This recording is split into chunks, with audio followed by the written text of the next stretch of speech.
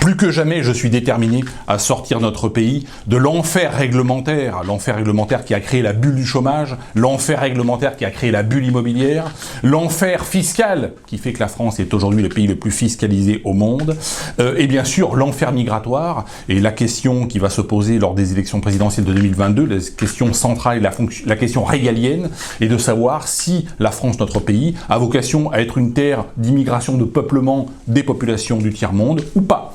Si c'est le cas, eh bien, dans ce cas-là, il faut assumer, comme le fait Jean-Luc Mélenchon, Jean-Luc le millionnaire, représentant du Grand Orient de France.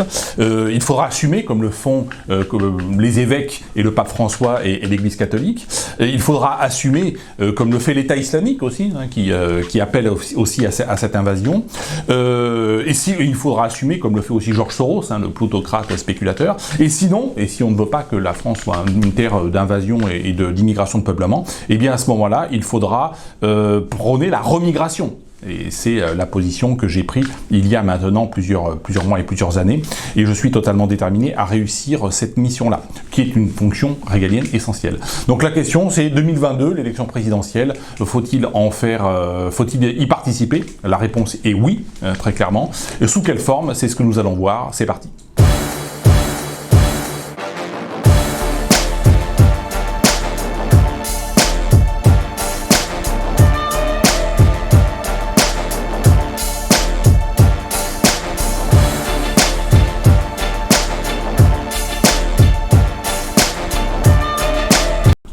Écoutez, je peux commencer, cher monsieur, cher commandant. Oui. Bon alors écoutez, vous partez pour témoigner ou pour gagner, et en plus, témoigner ou gagner, mais pensez que vous apportez votre contribution simplement pour soutenir un candidat. Alors, si on part, c'est pour gagner, bien évidemment. Sur cette question de l'élection présidentielle, j'ai souvent expliqué que ce qui était important, c'était de faire de la politique. Ce qui était important, c'était de gouverner la France. Donc la fonction de Premier ministre, c'est la fonction essentielle. La fonction présidentielle, c'est une option qu'on ne peut pas écarter. Et puis demain, nous allons avoir d'ici un an, je pense, un certain nombre d'événements économiques plus ou moins catastrophiques. Et j'ai annoncé la crise économique, surtout en 2022. Elle va arriver. J'ai été très prophétique sur beaucoup de sujets, sur le Bitcoin, sur la victoire malheureusement de Biden et autres.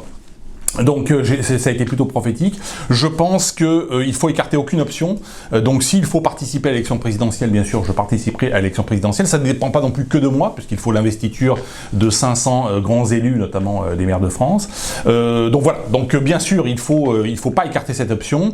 Ce ne sera pas une candidature de témoignage. Dans tous les cas, ça sera une candidature pour gagner. Et ce qui est très intéressant dans la configuration actuelle, c'est que les choses sont très ouvertes. Pendant des décennies, c'était les représentants des grands partis politiques qui faisaient de très gros scores. Aujourd'hui, la classe politique est complètement détruite. La gauche est complètement laminée. On voit les partis comme le Parti Socialiste font 6, 7, 8% aux élections, ce qui est absolument minable. Les Républicains, c'est pareil. Hein, aux dernières élections européennes, ils ont fait autour de 8,5%. C'est catastrophique. Macron, qui a synthétisé à la fois la droite et la gauche, ben finalement, il a détruit à la fois la droite et la gauche parce qu'il a déçu à la fois la droite et la gauche.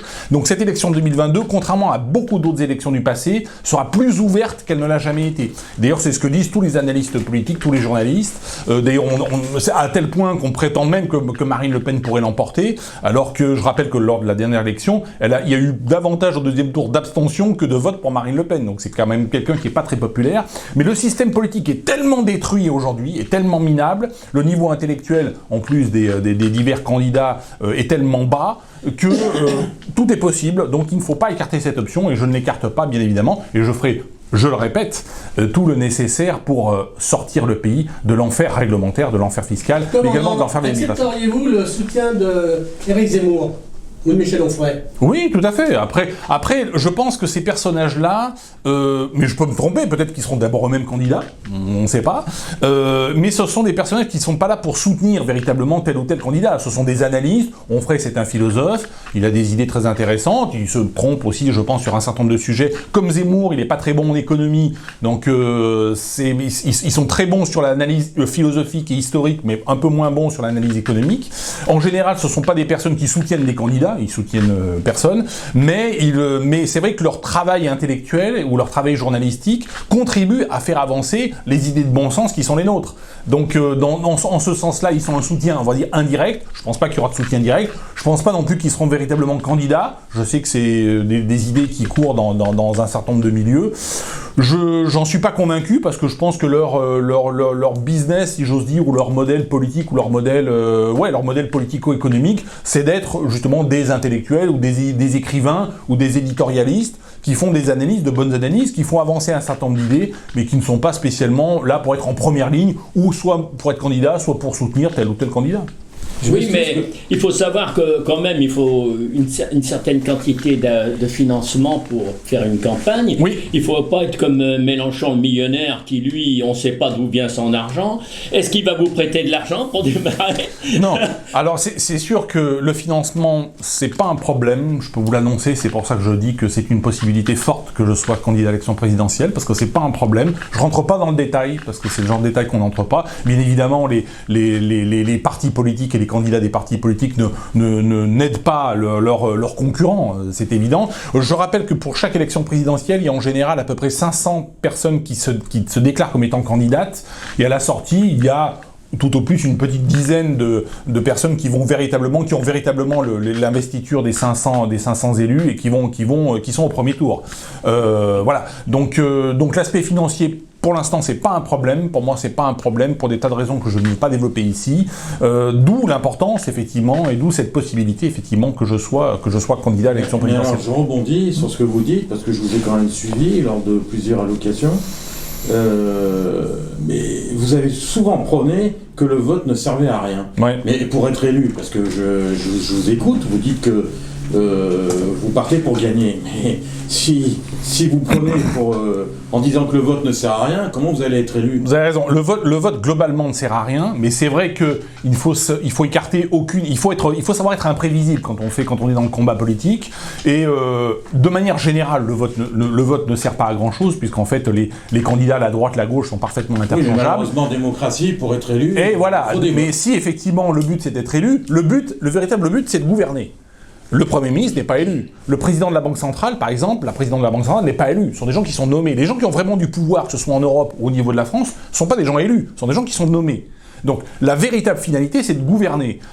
Mais là, effectivement, l'élection présidentielle, ça peut être une occasion pour le président de la République, si je devais être élu, de nommer un Premier ministre qui, lui, va gouverner. Donc ça peut être une façon d'atteindre nos objectifs politiques. Oui, mais c'est comme une possibilité. du chef d'entreprise, là, Oui.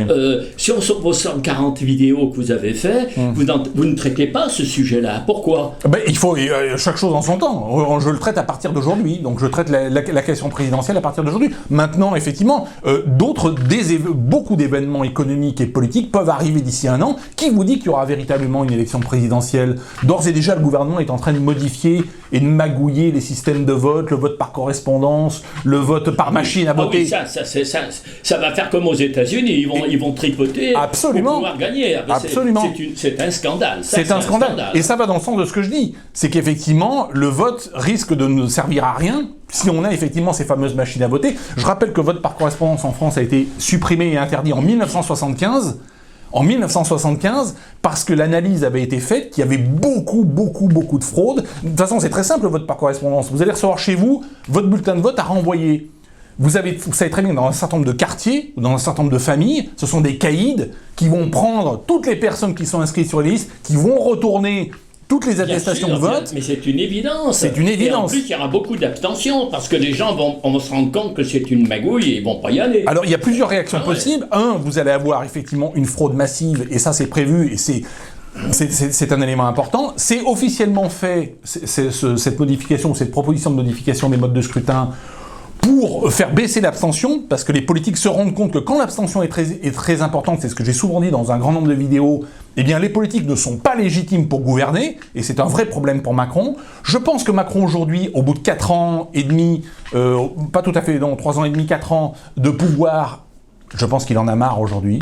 Je pense que s'il fait cette réforme, c'est qu'il ne veut pas partir. Il fait cette réforme pour son successeur, parce que s'il devait faire la réforme pour lui, on dirait c'est une magouille pour que tu sois réélu, alors que s'il ne se représente pas son successeur, qui peut être Bruno Le Maire... Mais commandant, vous avez raison. Mais le problème de Macron, c'est qu'aujourd'hui, il a Bruno Le Maire, c'est peut-être le seul qui tient la route. Mais pourquoi il s'est entouré que d'enfants ? Parce qu'autour de lui, il a que des jeunes, une jeunesse trop jeune. D'ailleurs, un président, il ne devrait pas être candidat s'il n'a pas 50 ans. C'est pas normal, ça. Après, il faut C'est pas... normal. Moi, je tiens pas ce C'est type... pas lui qui dirige, c'est sa femme qui commande, qui a 30 ans de plus que lui, c'est pas normal. C'est vrai que le problème pour moi de l'âge, sauf pour les personnes qui sont vraiment très très très âgées ou vraiment trop jeunes, 40, 50 ans, c'est quand même le bon âge. Moi, je vois pas de problème par rapport à ça. Par contre, c'est vrai que s'il fait aujourd'hui ces machines à voter et s'il met en place le vote par correspondance, et qu'il veut effectivement qu'il y ait davantage de personnes qui aillent voter pour légitimer son élection ou son successeur, parce que je pense qu'il est plus dans une logique aujourd'hui de succession après 4 ans, après 5 ans où il est vomi. Aujourd'hui, il faut savoir quand même qu'Emmanuel Macron ne peut plus sortir de chez lui avec son épouse, comme vous l'avez dit, sans tomber sur des citoyens qui le conspuent, qui l'insultent. C'est ça la réalité aujourd'hui d'Emmanuel Macron. Au lieu de parler, là, parce que le milieu politique fait beaucoup d'interrogations, parle en fait pour pas dire grand chose sur les votes par correspondance, où on sait qu'il y a une magouille formidable, et les machines à voter, on se doute de ce qu'il y a. Il y a eu exemple, l'élection américaine de George Bush. N'en parlons pas. Et si, comme dans certains pays, le vote était obligatoire tout simplement sur dérogation médicale, vous avez des pays à côté de chez nous, je ne les cite pas, mais vous avez La Belgique. Oui, la Belgique notamment, sur dérogation médicale. Voilà, c'est tout. Vous avez voté. Si vous n'allez pas voter, vous avez une amende pour une fois vous levez un petit peu. Puis c'est une bonne question. Ce qui évite d'ailleurs dans ces pays d'avoir des dictatures depuis qu'elles se votent là. Malgré tout, parce que n'oublions pas, comme quand on prend par exemple le dictateur moustachu, là, il a été quand même à la tête du pays. Lequel ? Il y en a eu plusieurs. Il y a eu plusieurs dictateurs. En Allemagne. Il a été élu quand même, enfin il a été désigné chancelier, mais avec 41% des voix. Si les 3 imbéciles des partis adverses s'étaient entendus sur une plateforme commune, leur leader était nommé, ils avaient 59% des voix et lui il n'aurait jamais existé politiquement. Oui, tout à fait. Après. Donc pourquoi on prend tout simplement le vote obligatoire ? Alors le vote obligatoire, je réponds. Ça remuera un peu les Français, ça les décrasserait un peu dans les neurones. C'est très intéressant, parce que la conséquence du vote obligatoire, notamment en Belgique, ça a été le vote pour le Vlaams-Blok ou le Vlaams-Belang. C'est-à-dire ce qu'on appelle l'extrême droite. Bon, donc je pense que beaucoup de gens de notre Macronie n'ont pas envie du vote obligatoire. Et puis le fait d'aller voter ou de ne pas aller voter, c'est quand même une liberté. Rendre le vote obligatoire sous peine d'amende, je pense que si on fait ça, les gens n'iront certainement pas voter pour la Macronie. C'est la meilleure défense de la démocratie. Quand les gens s'abstiennent, ils laissent la démocratie, ils la laissent tomber, et on voit les résultats de la mairie de Lyon qu'il y a eu actuellement. 15% de crétins, fumeurs de cannabis, ont été votés sur les inscrits. Il y a eu 15%. 15% qui ont été votés. Et c'est terrible. C'est-à-dire 85% si on les avait obligés, ils n'ont pas été votés, puisque s'ils y avaient été, ils n'auraient pas voté pour des gens qu'ils aiment, sinon ils se seraient levés. Ils auraient fait comme les 15% d'imbéciles. Alors, qu'est-ce qui serait passé ? Il y avait 85% contre eux. Alors, ils ont la majorité, ils n'ont pas la majorité. Il y a 15% de votants, vote obligatoire. À Bordeaux, il y avait 85% supplémentaires qui ont voté contre. À Bordeaux, comme à Lyon, comme dans toutes ces villes où effectivement ces écolos, les Khmer verts ont pris le pouvoir, aujourd'hui, les citoyens s'en mordent véritablement les doigts parce que c'est une catastrophe politique terrible pour ces municipalités.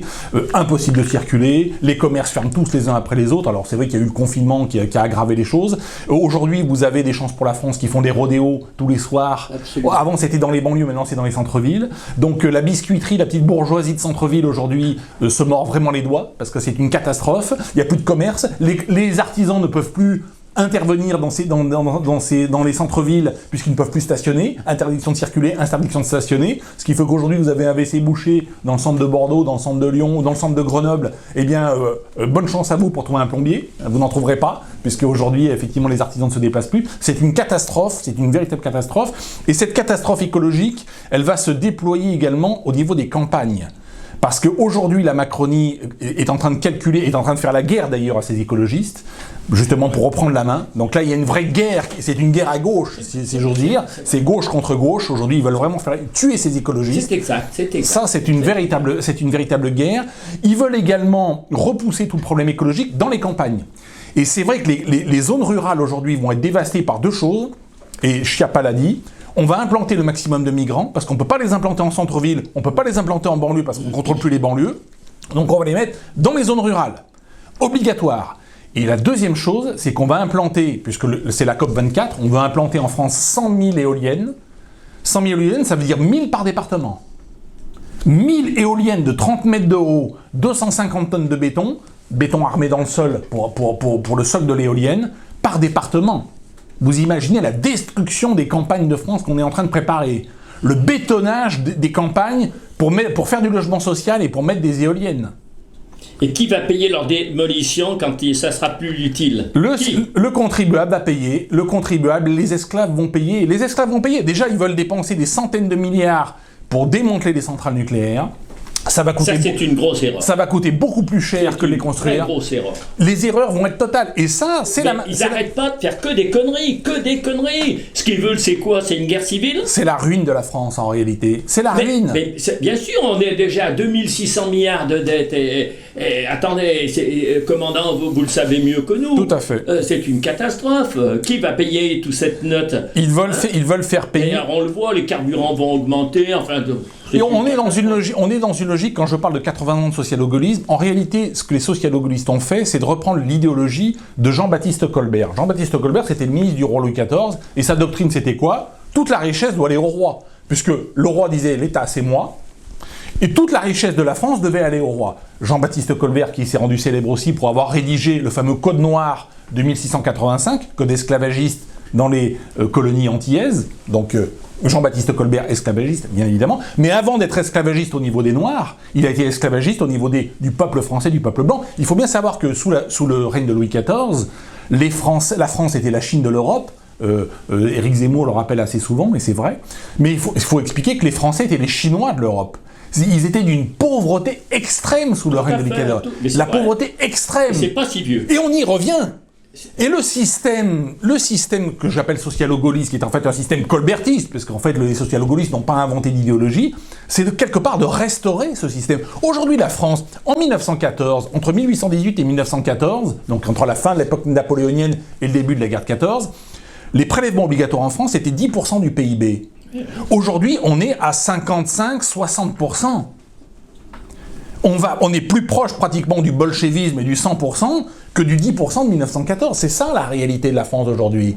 C'est ça la réalité du socialo-gaullisme et du colbertisme. L'enfer réglementaire que je dénonce, donc je suis quasiment le seul à dénoncer, il faut quand même le dire, et l'enfer fiscal que je dénonce, c'est le colbertisme en réalité. C'est le grand retour du colbertisme. C'est le grand retour qui veut faire de la France, finalement, un peuple des Français, un peuple d'esclaves, et la France, un pays qui soi-disant serait puissant parce que l'État serait puissant, mais c'est faux. Parce que l'État-puissance de Louis XIV, ça aboutit à quoi?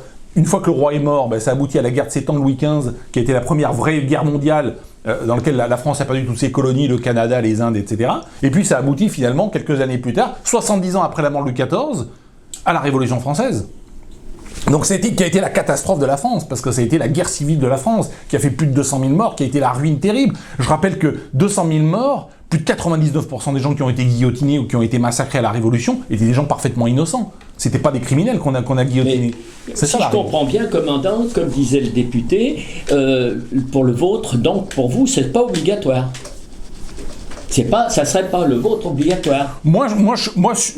C'est pas une question présidentielle. La question présidentielle aujourd'hui, c'est est-ce que la France doit être une colonie de peuplement pour les personnes du tiers-monde, qui sont tout à fait honorables, qui sont tout à fait gentilles, mais qui n'ont rien à faire en Europe, oui ou non?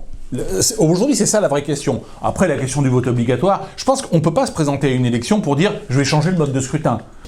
Je vous en prie. Alors, vous êtes président de la République, oui. Ce que je souhaite. Quelles seront vos priorités, tout de suite? La priorité, c'est la remigration.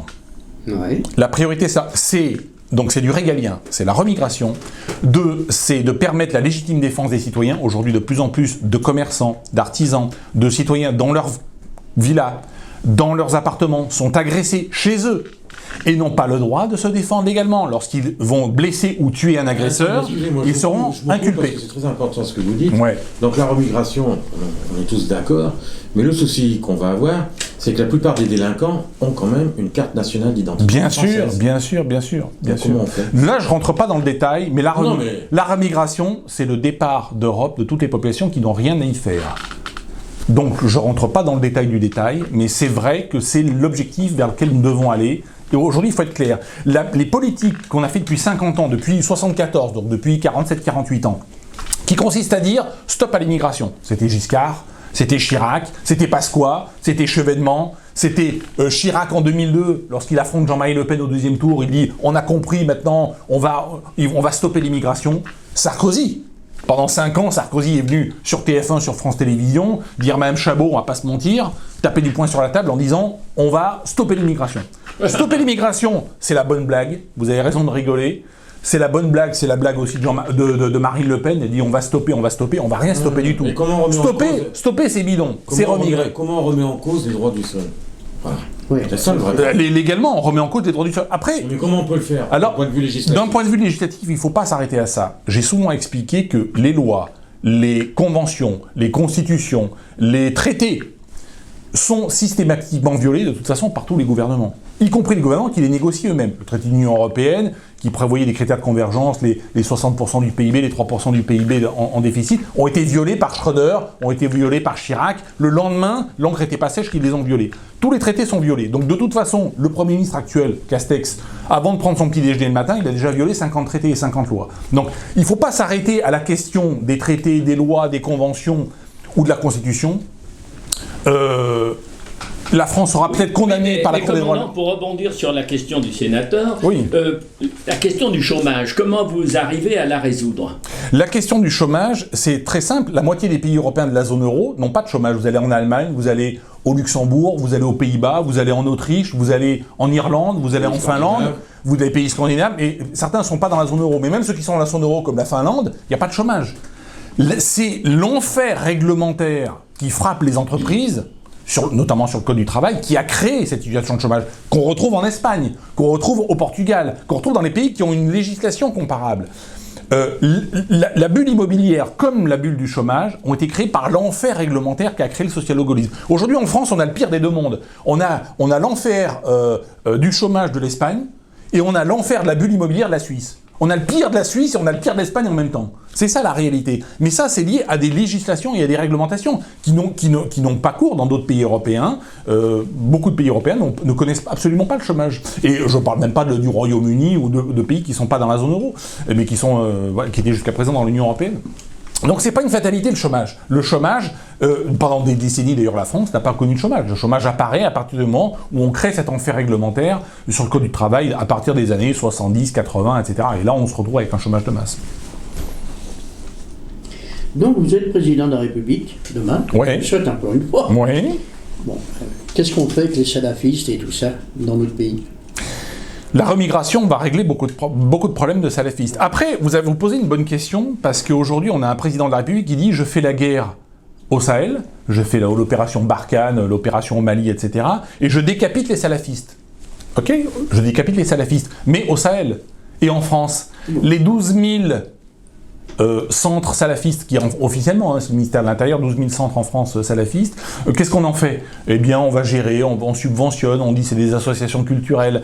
Je pense qu'il y a un vrai problème en termes de subventions données aux associations par les mairies, par les départements, par les régions et aussi par l'État. Donc déjà, effectivement, il faut couper les financements et puis il faut remigrer. On ne va pas tourner autour du pot. Voilà.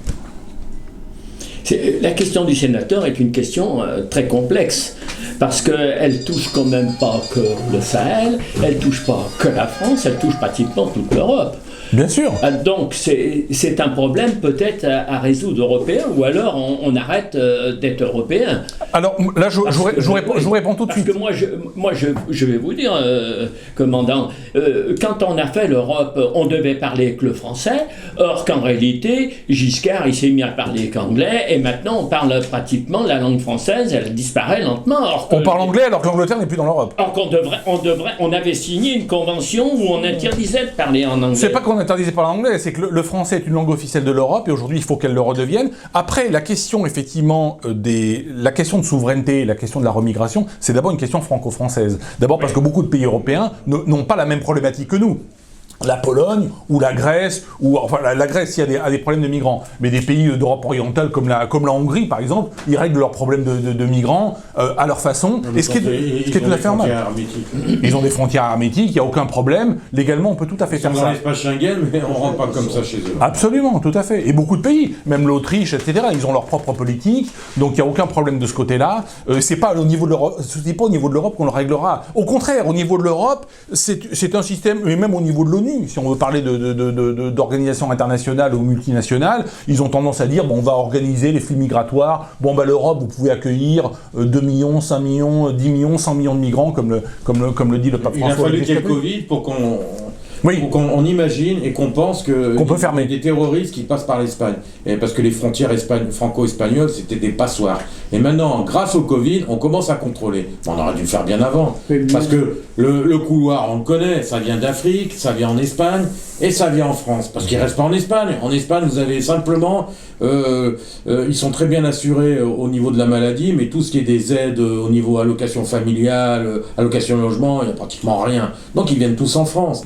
Une question peut-être. Ouais, donc ouvrir les frontières, merci l'Europe. Hein. Ouais. Ouais, merci l'Europe. Vous en Voilà. pensez quoi, mon commandant, de tout ça? Vous feriez quoi si vous étiez président Remettre les République frontières.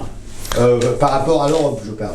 Par rapport à l'Europe, le problème c'est que moi je considère que l'Europe a échoué au niveau de Schengen, c'est Tout à évident, fait. au niveau du Ouais. contrôle des frontières, et elle est en train d'échouer en fait sur la question identitaire. Je rappelle que le Brexit au Royaume-Uni, les Britanniques ont voté parce que l'Union européenne voulait imposer au Royaume-Uni des quotas de migrants. Vous Et les feriez Anglais- quoi comme disposition si vous étiez à la tête du pays, mon commandant? Après, par rapport à l'Union européenne, je pense que l'Union européenne est en train de quelque part de se suicider. On va assister dans les mois, les années à venir, au démantèlement de l'Union européenne, à mon avis. Qu'on l'aime ou qu'on l'aime pas, c'est pas le sujet. De la même manière qu'on est en train d'assister pratiquement à l'implosion des États-Unis. Il faut voir que l'élection de Biden, en fait, tout le monde dit c'est une bonne nouvelle, c'est extraordinaire, c'est formidable. Je pense que c'est au contraire une destruction de l'Amérique. Et aujourd'hui, les conflits à l'intérieur de la société américaine vont être très très forts.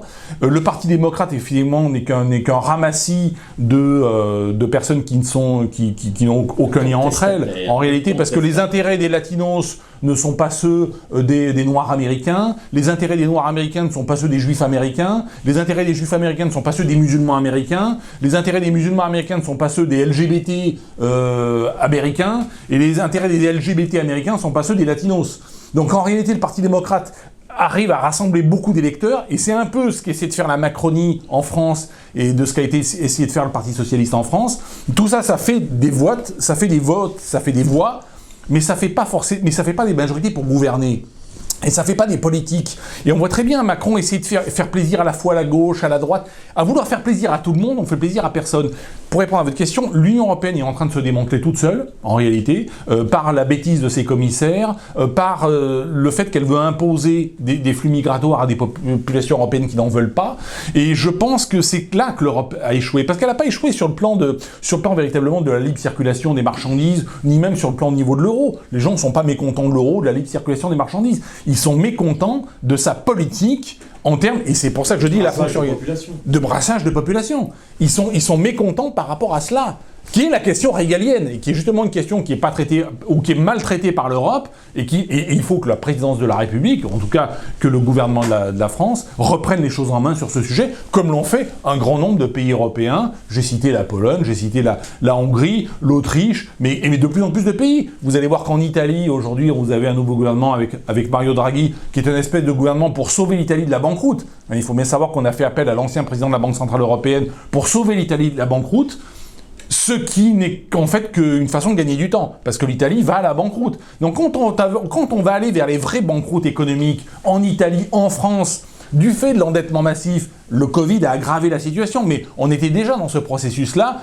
Je pense que les institutions européennes vont exploser, comme ont explosé, on l'a connu, on est suffisamment vieux pour l'avoir connu, l'Union soviétique à la grande époque, qui s'est complètement démantelée. Dans les années 80, si en 86, 88, on vous avait dit que l'Union soviétique allait disparaître, je peux vous garantir que on vous aurait ri à la figure, on vous aurait dit que c'était impossible. L'Union soviétique avait vaincu Hitler, l'Union soviétique était une puissance extraordinaire. Elle a été démantelée en quelques années parce qu'elle a fait faillite économiquement. Les États-Unis, c'est le même principe. Aujourd'hui, on nous dit la Chine, les États-Unis, c'est des superpuissances. Ce sont des puissances qui sont en faillite économique. C'est ça la réalité. Et l'Europe aussi, d'une certaine mesure. Et quand les puissances sont en faillite, qu'est-ce qu'elles font? Eh bien, elles explosent, elles éclatent. Et vous verrez qu'en Chine, vous verrez que dans les années qui viennent, ma prévision était vraie. Vous verrez que des pays, des provinces de la Chine comme le Xinjiang, comme le Tibet, comme la Mongolie intérieure vont se détacher, parce que quand l'État central va s'écrouler, eh bien la Chine va exploser. Les États-Unis, c'est pareil, les États-Unis vont complètement imploser, ils vont finir d'une manière ou d'une autre comme l'Union soviétique. D'ores et déjà, Trump a retiré un certain nombre de troupes, a arrêté la guerre en Irak, a arrêté la guerre en Syrie, l'intervention américaine en Syrie, parce que pour des raisons économiques, Biden va faire le contraire. Biden, il faut bien comprendre que les démocrates, historiquement, c'est la guerre. Hein. Les démocrates, ils sont très favorables à l'intervention militaire. Ils vont vouloir montrer qu'ils sont capables d'intervenir. Ils vont envoyer des troupes, mais tout ça va conduire à la faillite. Mais comme on a connu ça à l'époque de la fin de l'Union soviétique, où les soviétiques intervenaient en Angola, ils intervenaient au Nicaragua, ils intervenaient dans beaucoup de pays, et jusqu'au jour où ils ont fait faillite, et tout s'est écroulé, tous les régimes qu'ils ont soutenus se sont écroulés. Commandant, Ouais. dans la crise mondiale, comment pourrez-vous garantir l'épargne des Français? C'est une vraie question, et j'ai une solution pour garantir l'épargne des Français, que je ne peux pas révéler dans cette vidéo. Ah, ça fait 3 questions, vous ne pouvez pas révéler. Donc, Non, voilà. oui. Commandant, il faut y aller maintenant. Eh oui, il faut y aller, mais on ne peut pas tout dire sur les vidéos. On ne peut pas tout dire parce qu'il faut rester imprévisible. Et sur la question de l'épargne des Français, effectivement, j'ai une solution pour sauver l'épargne des Français. Aujourd'hui, elle est condamnée. Aujourd'hui, tout ce qui est assurance vie, demain matin, on vous expliquera que vous ne pouvez plus retirer vos fonds, parce que c'est prévu par Sapin 2, c'est prévu par tous les dispositifs. C'est de l'argent que vous avez prêté, et je l'ai expliqué 50 fois, mais je vais le répéter encore 100 fois, qu'on a prêté aux États, et que les États ne peuvent pas rembourser. Donc cet argent-là, il est quelque part à fond perdu. Il y a une solution pour en sortir, qui est une solution, voilà, mais qui doit être mise en œuvre et qui ne peut pas être expliquée. Il faut le faire, il faut agir d'abord, parler après. La politique, c'est agir d'abord, parler après. Alors vous avez raison de dire, effectivement, vous posez des questions et je peux pas donner la réponse. J'ai la réponse, mais je peux pas la donner parce que la politique, c'est agir d'abord, parler après. Alors, je m'excuse de vous couper. Alors, cher maître, vous avez posé une question sur la France. Moi, je vais vous éclairer. Je reviens du Mexique et je peux vous dire une chose. Je connais beaucoup d'agences immobilières au Mexique. Un truc incroyable que relatent pas les médias françaises. Nombre d'Américains investissent au Mexique. C'est incroyable. Alors c'est un pays qui est pas stable, hein, avec toutes les mafias, on le connaît. Vrai. Mais ils investissent tous des biens de 2, 3, 4 millions. Ils viennent le matin, ils visitent, le soir ils achètent. Et vous savez pourquoi? Parce qu'ils n'ont plus confiance en leur système. Ils n'ont plus confiance au dollar. Et les économies, parce qu'il y a quand même des gens très riches aux États-Unis, ils sortent les fonds des banques américaines pour investir dans de la pierre au Mexique. Vous vous rendez compte le paradoxe? C'est vrai. Et ça va même plus loin que ça. Incroyable. Le président a posé une très bonne question sur l'argent. À l'heure actuelle, même les Français n'épargnent plus dans l'entreprise, n'achètent plus des actions, ils achètent du bien immobilier. C'est jamais tant vendu de biens immobiliers à l'heure actuelle parce qu'ils ne savent plus où placer leur argent et ils savent que l'argent ne va plus rien valoir. Alors donc, il faut bien le mettre à quelque part. Non, mais moi je suis d'accord avec le commandant, c'est que tous les systèmes, le système européen et américain est en train de s'effondrer d'un point de vue financier. C'est ça qui est grave. Et ce qui est très intéressant sur les investissements des Américains au Mexique, mais aussi beaucoup au Costa Rica, beaucoup au Costa Rica. Je vous ai dit ce que je connais. Hein. Oui, tout à fait. Été au Costa Rica. Il y a le Costa Rica, il y a aussi le Panama, pour une raison aussi simple, c'est que les Américains payent des impôts, non pas en fonction de leur lieu de résidence ou de lieu d'investissement de leurs capitaux, mais en fonction de leur nationalité. Vous avez aussi beaucoup de millionnaires américains aujourd'hui, ou de milliardaires américains, qui abandonnent la nationalité américaine justement pour ne plus payer d'impôts. Parce qu'effectivement, tant qu'ils sont américains, même s'ils investissent à l'étranger, ils sont encore fiscalisés sur leurs bénéfices, etc. Alors que quand ils perdent la nationalité, eh bien, Alors, et dans l'autre sens, en Chine, tous les fils et filles et petits-fils et petites-filles des grands dirigeants, les fameux 9 empereurs de la Chine, hein, les hyper-dirigeants de la Chine, font accoucher leurs femmes aux États-Unis pour que leurs enfants, leurs petits-enfants ou leurs petits-enfants aient la double nationalité chinoise et américaine, parce que c'est le droit du sol américain. Quand on est né aux États-Unis, automatiquement on a la nationalité américaine, pour, en cas d'écroulement de la Chine, qu'ils puissent s'échapper aux États-Unis. Ce qui prouve bien que là aussi, la Chine est beaucoup moins forte que ce qu'on pense. Certes, ils envoient des fusées dans l'espace. C'est une dictature. C'est une dictature qui me fait beaucoup penser à l'URSS. Ils construisent des sous-marins nucléaires, ils construisent des porte-avions nucléaires, ils envoient des fusées dans l'espace, etc. Mais en réalité, tout ça, c'est la théâtralisation de la puissance. Derrière, est-ce qu'on a le financement? On ne l'a pas. En réalité, on s'endette. Il faut savoir qu'au cours des 10 dernières années, la dette de la Chine, la dette de l'État a été multipliée par 11. Par 11. C'est-à-dire que c'est autant que l'augmentation de la dette de l'Allemagne de 1933 à 1940. C'est-à-dire qu'on est à la veille d'une véritable catastrophe financière en Chine, contrairement à ce qu'on dit.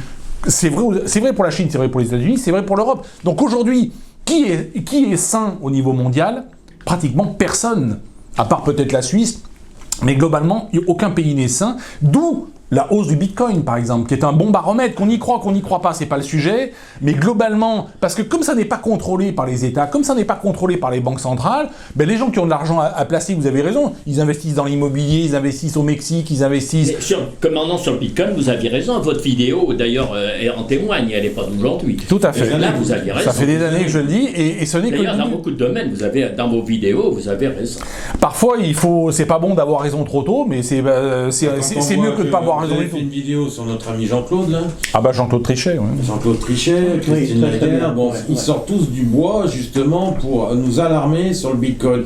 Parce que, justement, ils voient que aujourd'hui la capitalisation, par exemple, hier, elle est de 1000 milliards. C'est les banques qui achètent du Bitcoin, c'est incroyable. Mais en cachette, oui, je l'ai vu ce matin. Avant de venir, je l'ai vu ce matin. Donc ce qui fait, c'est qu'aujourd'hui, il y a tellement de gens qui investissent dans le Bitcoin qu'ils n'auront aucun contrôle. Et c'est là que vous voyez tous les présidents de banque. Il y a eu également un intervenant qui travaille pour BNP Paribas, une grosse huile, qui a démonté le Bitcoin.